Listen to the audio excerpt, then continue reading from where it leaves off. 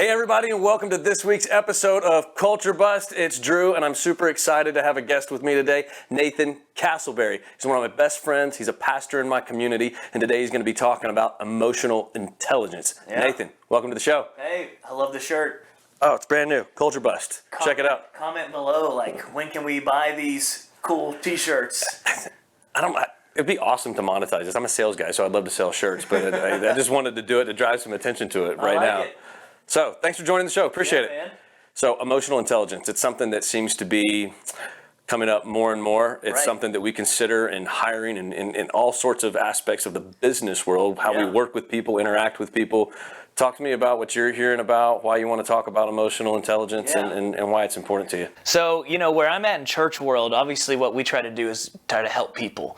And a lot of, whether it's like counseling or just walking with families when they're going through a crisis, one of the best ways to kind of get to a place of wholeness and healing is to take people through exercises in social, emotional intelligence, social, emotional wellness. It's kind of like having a sense of fitness, but for your emotions. And I think in this society where so many things are getting automated, and which is great. I'm super thankful for tech and Amazon Prime delivery and all the robots that are working the distribution centers. I feel like emotional intelligence in the workplace and just in culture in general is really going to be something that sets people apart. Can really kind of catapult you as a leader, as an influencer, as someone who people just like to be around even. What do you think is missing most in emotional intelligence for people? What are they lacking? What are they missing? What are they not catching within themselves? Yeah, so I think there's two sides of the coin when it comes to emotional intelligence.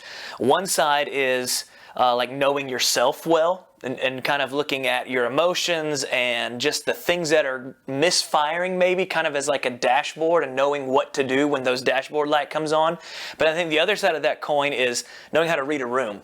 Like knowing when you're not coming across the way that you intended and understanding that no matter what your intentions are, other people's perception of you is their reality. And I think it takes a pretty mature person to own that. Because we judge ourselves based on our intentions, but we judge everybody else based on their actions. Sure. That's emotionally unintelligent. Can you tell me, one of the things I love doing on this is getting people who are masters at some topic or really good at discussing it, and then asking them to explain a time where they failed so the audience can go, I resonate with that, and I like to see how you got out of it. Can you talk to me about a time where you misfired on your own emotional intelligence? Yeah. Something embarrassing. Give us something that we can laugh at. Well, I think most of the dudes out there that are married probably can think back to arguments where things weren't maybe being taken the right way at home with your wife, and what was misconstrued. I remember my wife, she now knows that if she says something like, you just don't care, that's like a nuclear button for me. It's like, how can you say I don't care? I've done everything to prove that I care. But where that came from was early on in our marriage. I was trying to be stoic and calm and not reaction, not overreacted when things are tense. And even though my intentions were noble, my demeanor communicated distance and not caring. And so again, right intentions, wrong perception, whose fault is it? Right? So the emotionally intelligent option was to finally realize, she needs me to kind of engage and to ask questions and not just try to fix things. We probably all had that moment where she's like, I'm not looking for you to fix my problem. I just need you to hear it and empathize and just let me have a moment. I use these examples all the time. I'm with you. In business it's very similar. So we all want people to operate within our mind's confine, and we want them to operate based on how we know to operate and how we know how to fix things and work on things. And it was a really tough adjustment for me as a new manager years ago, and getting a team of. I had expectations on, you're going to be able to do everything the way that I did it because I'm going to coach you and tell you. And what I found out is I had a dozen different personalities that did things completely different. Right. It was a good learning experience for me, but it was also a difficult one. I made a lot of people mad. They made me mad, and I'm like, now, where was the EQ button, early on? And so in the journey toward intelligence in that situation, you realize there are probably more than one way to get to the desired outcome, and you as the leader had to figure out what's the right dosage of freedom direction, support, and each person's going to need a different dosage of those. Some people, they need you just get out of the way, and all they need is an attaboy at the end. Some people need all three, and so I think it's so much of leadership when it comes to emotional intelligence is like custom tailoring. How do I need to best relate and guide and help this person? Do they need more support, or do they need more encouragement? Do they need more freedom, or do they need more white lines on the side of the road? That's emotional intelligence, I think, when it relates to serving the people that you are leading. Sure. So working in a church, I'm sure you mentioned a minute ago, like working with broken people and broken families. Yeah. And that's something that I've had to learn to deal with too in the business world is not everybody coming to business knows how to put on the happy face. And then there's some that put on the happy face falsely, and they're hiding so much brokenness at home. Yeah. And as a leader, that's something that I want to like jump into and help and support. What kind of encouragement can you give us? The business world can certainly follow what you do in a church. What is something that you do with maybe your staff or even your your constituents or your congregation that you've recognized brokenness, and how do you leverage emotional intelligence to support them? Well, I think it's probably a little bit trickier in corporate America, in church America, because we kind of traffic in the church world and like the how are you doing and how are you really. But I think that could be transferable into the corporate world, where if people know that their boss and their leader genuinely cares about not just what they're producing, but how they are as a human being, I think there's just, empathy seems to be a lost art, So I think empathy is a big indicator of emotional intelligence, where you can like validate somebody in the fact that things aren't going well, and you can kind of be a soft place to land with appropriate boundaries for like personal work and all that type of stuff. But I just think a leader that can create kind of an ecosystem at the workplace where it's okay for people to like have a bad day, and we lead from the position of, I'm going to give them the benefit of the doubt. If they're acting out here, maybe something's not okay at home. And kind of starting from that posture of grace and empathy. It's just so easy to jump to cynicism. It's so easy to jump to, I wish they were more like this, or I wish they were more like that. And so I think it's just an idea of like, am I loving the team that I have, or am I loving the team that I wish I had? And so the team that I've got, let's look at them with their flaws, their imperfections, their skeletons in their closet, the junk in the trunk. Everybody has got something that's misfired in their life at one point. And so if they're going to be spending 8 hours of their day under my care as a supervisor, I want to make sure that's a life-giving environment. Jeez. So it can't just be spreadsheets and numbers and performance. All those things are important, but I think creating a culture of empathy and support, that's what, to me, leadership's really all about. That's good. I think empathy is a buzzword in business right now. And I think we say we empathize, but we follow it with just a damning but right now.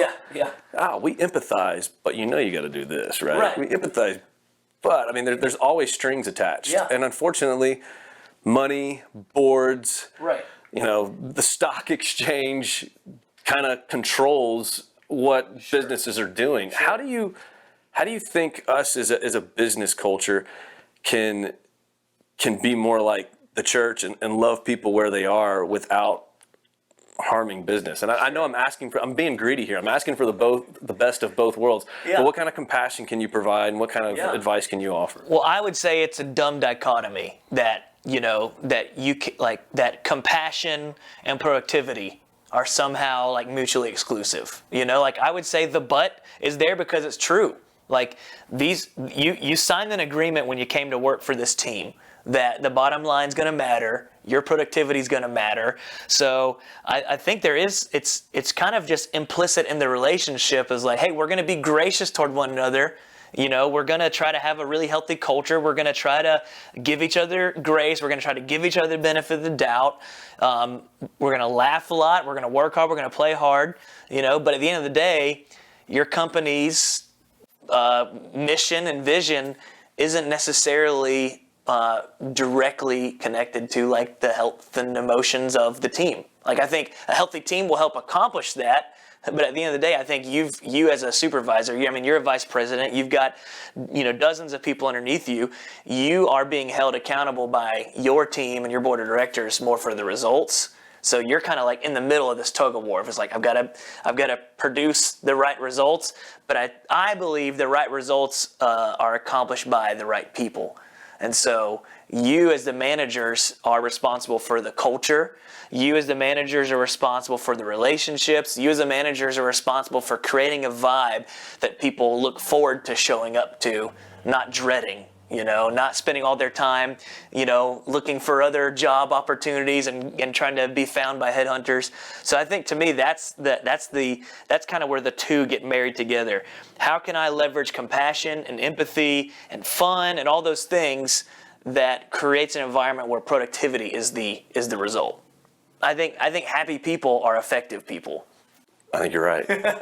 Man, that is really good. I think it's easy for you guys to understand why I chose Nathan to come on the show here, because yeah, he's a friend and he's doing this for me, but he's also an incredible mentor of mine, and there's a lot of nuggets of wisdom that I come out with. And so I'll be frank, a lot of the stuff that you get from me, I steal from this guy. Whatever. So I needed to have him on. Anything else you want to bestow? One last nugget of wisdom you can share before we hang this up? So I think we've talked a lot about emotional intelligence as it relates to like the people on your team or the people you're doing life with.